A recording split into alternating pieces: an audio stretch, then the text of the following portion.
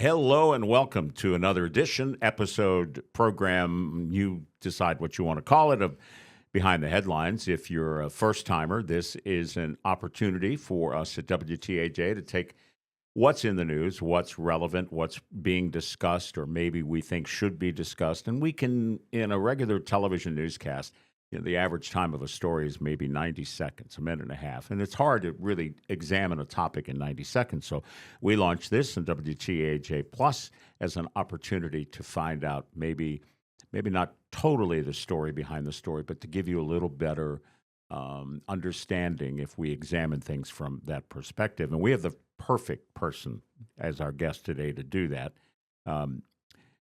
Judy, how long have you been a senator?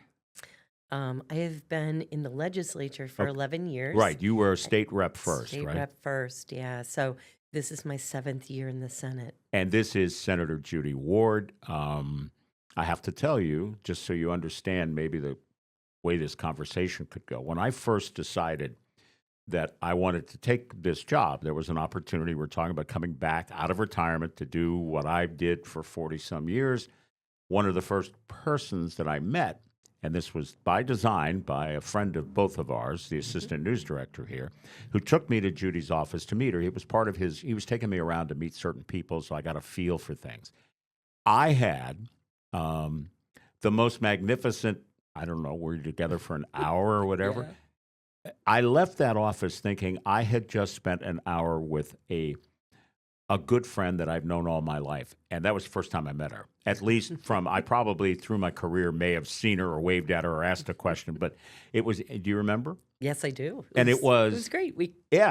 Instant connection. And it was, so when you hear me ask something, I say that, not that I'm going to not ask her things that I don't know that she's going to be comfortable trying to answer, because I'm going to do my job, but I feel like I can because she's one, and believe me, I have met all sizes, stripes, colors, talent, lack of talent in politicians over 50 years in the business. Some of them have been wonderful to talk to. Others have just been nightmares. And I'm just being honest. This woman was genuine and honest from the get-go, and that's why I'm really pleased to have her here today. Because thank you. I that's appreciate not easy in your line of work. I always try to be straight up with people, but I love people. Yeah, well, you can tell that. You can tell that. So you're the perfect person without the usual political animus, but there will be some because we're going to feed it in a little while.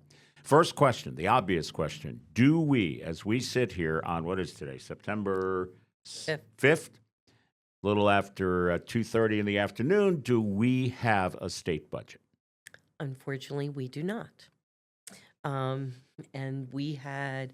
and I'd like to talk a little bit about the process. Yeah. I do want to talk about the process. But about a month ago, the Republican Senate sent over a bill to the House that was a flat-funded budget.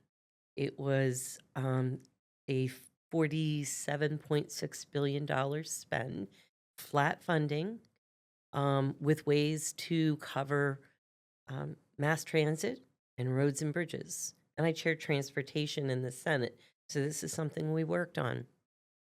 And the House voted it down. So let's for the average viewer or someone that doesn't understand the political thing here, the Senate is Republican controlled. The House, by a slim margin, but still, whether it's 1 or 100, is democratically controlled. Mm-hmm. And there's the two-party system and the partisan and all that other stuff. So we understand you sent it over. And so to set the table a little better, the governor had proposed, what was it, the original 51 billion. Billion. And so this counter is 47.5 billion. Mm-hmm. Today, the Shapiro's office is pitching a $49.9 billion compromise budget. So that's his original was about 8% more. This is about 5% more, but it's an increase in spending, which your party has been fighting. When you say a flat budget, it means what it cost last year, it'll cost this year. Correct. And when we say, we are looking at, even if we don't give any additional dollars out this year, so everything stays the same, we are looking at, they're calling it a structural deficit. So if we do nothing, we have at least a $3 billion deficit, just if we keep everything the same. All right. For the average viewer, take us through the budget process. The big picture is we know the governor, usually it's in February, I think, right? That's Presents his proposed budget. correct. He proposes, then the House and the Senate have to ratify, adjust, whatever, come to some sort of a deal that the governor will agree to sign it. He doesn't get, it's like a wish list. He puts it all out there and other sides will put out whatever. So that's the process. Then what happens? But in Okay, go between ahead. there, we have budget hearings, All the right. House and the Senate. They bring all the departments in and they say, tell us why you need more money. Tell us why you can't cut this. Have you thought of this? Mhm. They have to defend their spending. And, the House members, Senate members, R's and D's, they have an opportunity to ask questions, the Appropriation Committee. So that goes on for about 3 weeks in February. They're not on the same schedule, but pretty close. Mhm. And so then we begin working on, what the needs are.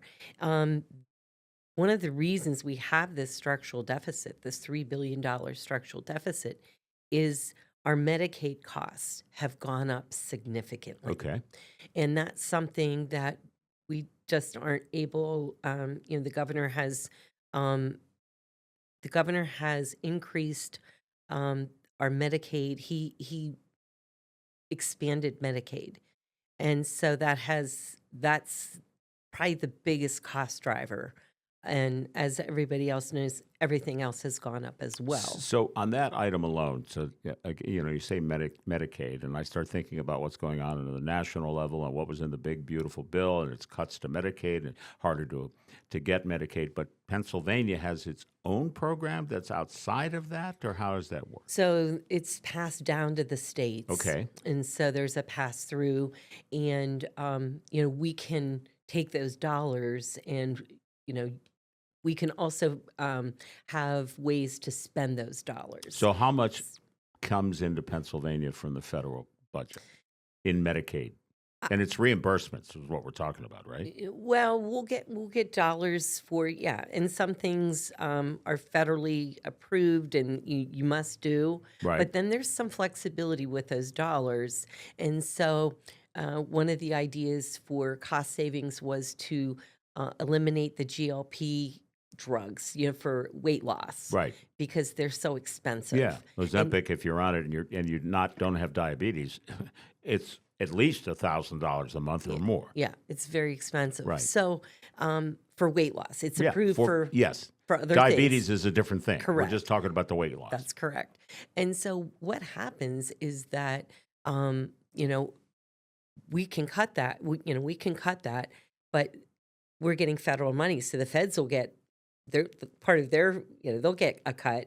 They'll get a decrease, right? It'll help the federal dollars, and it'll help us, but it helps the federal dollars more than our dollars. Right. But those are cost savings things that they're trying to do, and there's all kinds of ideas that we've had over the years to maybe, work requirements that the federal government's talking Sure, about. sure. We can do things in the state with those dollars. Within the budgeting process, though, this is just an observation. I mean, every year, budget is supposed to be adopted by July 30th, I think. Is that the date? July 1st. Mhm. Or July 1st. It's not July 30th. It's July 1st. July 1st. Okay. And is that mandated by law? I've never quite understood, like it is, but it isn't. There's no penalty if you don't do it. Is that Yeah, basic? there's a our Constitution requires that we have a new budget July 1. And that is because our fiscal year runs from July 1 to June 30. Is that Correct. correct? Yes. So,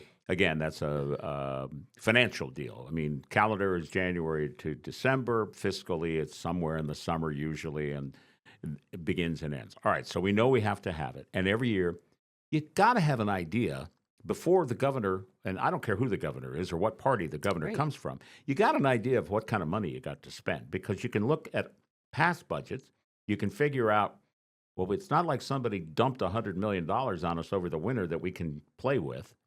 But yet every year we go through this, forgive me, dog and pony show where people from both parties will stand up at Capitol steps or somewhere, will wail against the opposition party, which, okay, that's a part of the way this works. Yeah. That's politics. A lot of times, people are saying things, and you also know that they're gonna agree, but they got to get their points in or whatever. Correct, yeah. But the average person, the average Pennsylvanian, has got to be looking at this. And here's the key: you guys are still getting paid, correct? Correct. And there are a lot of people without a state budget who don't get paid, correct? If funding doesn't come to them to Correct. hire their employees. We just Correct. did a story of, I think it was in Clearfield County, an agency that Yep, can't I pay saw their that people. story. Okay, I saw that story. but yes. you're still getting paid, and I We think are in our, the staff. I think the and- average Pennsylvanian looks at that and goes, "What's that all about?" Yeah, and it used to be that way. And when my first years in the legislature, it was that way. You mean you aren't getting paid now? We are, yes, Yeah, but we okay. did not back then. Okay. We did not, and our staff did not, and it's very hard. I mean, Sure. my situation might be different than someone else's, and and so that was difficult. Listen, for everybody. I'm one of those people. I don't think any federal or state position is an overpaid. A lot of people think so. Yeah. I used to hear it about Congress, and I said, listen, they got to have two residences. They got to have one in D.C. They got to have one in their district. They're on the road a lot. It's not a lot of money. It sounds like a lot of money, but if you start figuring out what that money's being used to pay for, it's not a lot of money. But it's still the rub. They're getting paid, and I'm not. Yeah. Is it just inbred that we're never going to have a process where, okay, we got to get this solved. Let's have our little fights and say, but the average person's got to look at this and say, what are you guys doing? Yeah, Is and that fair? yeah, it is fair, and I think people are frustrated. People call my office, and they're frustrated by it, and I understand that. And we want this to be good for all Pennsylvanians. Sure. And so, we can't just roll over and say, okay, we're going to spend more money. We're looking, it's kind of like a family. If you and I are married, Marty, and I'm a spender, you're a saver. Right. There's going to be a clash. There's going to be a clash. You spent what? And there's, right, exactly. You bought that bag for how much? That's right. These Gucci shoes Yeah, look really. beautiful on me. Right. They look great. But, and that's kind of how this is. There's different ideas and different priorities. And, my caucus, the Republican caucus in the Senate, we really care about people's. We don't want them paying more taxes, higher taxes. And this is a very pivotal year because if we can't get this deficit under control moving forward, it's not going to be good. So we can't just roll over on additional spending. And some of the rub has been where we want to take the money out of. Sharing transportation, mass transit. In It's a big one. SEPTA in the East and PRT out in Pittsburgh, those mass transits, they need more money. They depend on state funding. They depend on state funding, but they've come into my office and they'll say, we need more money. And I said, help me help you. Tell me how you're going to be more accountable. Sure. Tell me how you're going to cut costs. Tell me how you're going to get additional revenue. You have to be more self-sufficient. You just can't keep coming to us with your hand out. All right. Let me use the word we're not going to roll over. We have a clip of Governor Shapiro talking about the political ramification here, and he's saying you guys won't roll over because you just want to be in opposition. You think you're going to win a greater battle. Ryan, let's listen to the governor. You want to play that clip? Look, I'm a big boy. I understand the game, And I understand that they need to play politics, but I think trying to slow down a state budget for the purposes of seemingly gaining some political advantage that they will not gain, but will only serve to hurt the good people of Pennsylvania, I think it's cynical. I think it's wrong. I think they got to focus on doing their job. Okay, you're not focused on doing your job, Judy. You've been called out by the governor. To be fair, Senate Majority Leader Joe Pittman has said some things but kind of, no, that's not what this is, and you should know better. You also know there's a feeling within state government, well, Josh Shapiro wants to run for president in 28, and that's all part of this. If I can get this done in one of the biggest states, and everybody understands that little give and take, but he basically just called you out. So I wanted to give you an opportunity. Yeah, appreciate the opportunity. You were pounding your fist while you were listening to it, so I'm thinking, Marty, you called me out. Yeah, well, but you don't agree. You don't agree. We don't agree. You don't like that approach, do you? No, I don't. We passed a flat funding budget, a way to support mass transit and roads and bridges. We passed a package about a month ago. Right. They immediately, the House Democrats said, nope, they voted it down. They didn't even come to us and say, well, let's work on this. I mean, if you did this, we could do this, and then we could pass it, and can we amend this? And no, just done. And so it's been crickets. I mean, they've had no other proposal. The governor has sent, there's been rallies at offices, Republican senators' offices in the Southeast, in Senator Joe Picozzi's in his office, in Tracy Pennycook's office in the Southeast, Senator Frank Ferry. And, Shapiro has told them, go talk to Joe Picozzi about the SEPTA funding. So he has turned the dogs on us as well. So, and if he wanted, the governor wasn't shy last year of flex funding, about $158 million, and he took it from roads and bridges. It was federal dollars that he took from roads and bridges, which is more rural. So my counties. That's your committee. That's the committee you chair in the Senate. My counties. He took money, SEPTA, and he gave it to SEPTA. No accountability for it, just said, I'm taking it. Well, if he really wanted to do that again, why doesn't he? I mean, he's saying we're the obstructionists, but he's not made any moves either. So, and neither have the House Democrats. So I kind of, I sort of resent that. I mean, it's not from lack of trying. I mean, they work on this every single week, and there's proposals back and forth. How about this? No, that's a non-starter for us. Well, then we say, well, how about this? And no, that's a non-starter for us. So yeah, and so that so we understand here. So it's not just Democrat that are he's accusing you of being an obstructionist, and you've laid that out. Then Joe Pittman has said consistently, the budget spend number is only one part of a full budget agreement. Until everything is agreed to, nothing is agreed to. So there's a lot more going on than just what's the bottom line number. Yeah, absolutely. I mean, and then there's a lot of things that we agree upon. I mean, schools should be funded. And yeah. Well, that's the one I'm going to ask you about next, because school districts right now are borrowing money. Thankfully, interest rates have been falling a little bit. It's not as bad as it was 8 months ago or 10 months ago or a year ago. But they're borrowing money to keep the doors open. Mm-hmm. And everybody says, well, they're getting it at a pretty good rate, and when they get reimbursed, there's still that stress of having to come up with and borrow the money. What if they don't get the money they think? Now, how are they going to pay for this, right? Right. So this impacts a lot more than the House and Senate and the governor. Yeah, it does. It does. And that's painful. I mean, that's painful. We want schools to be funded. We want human services and counties to be funded.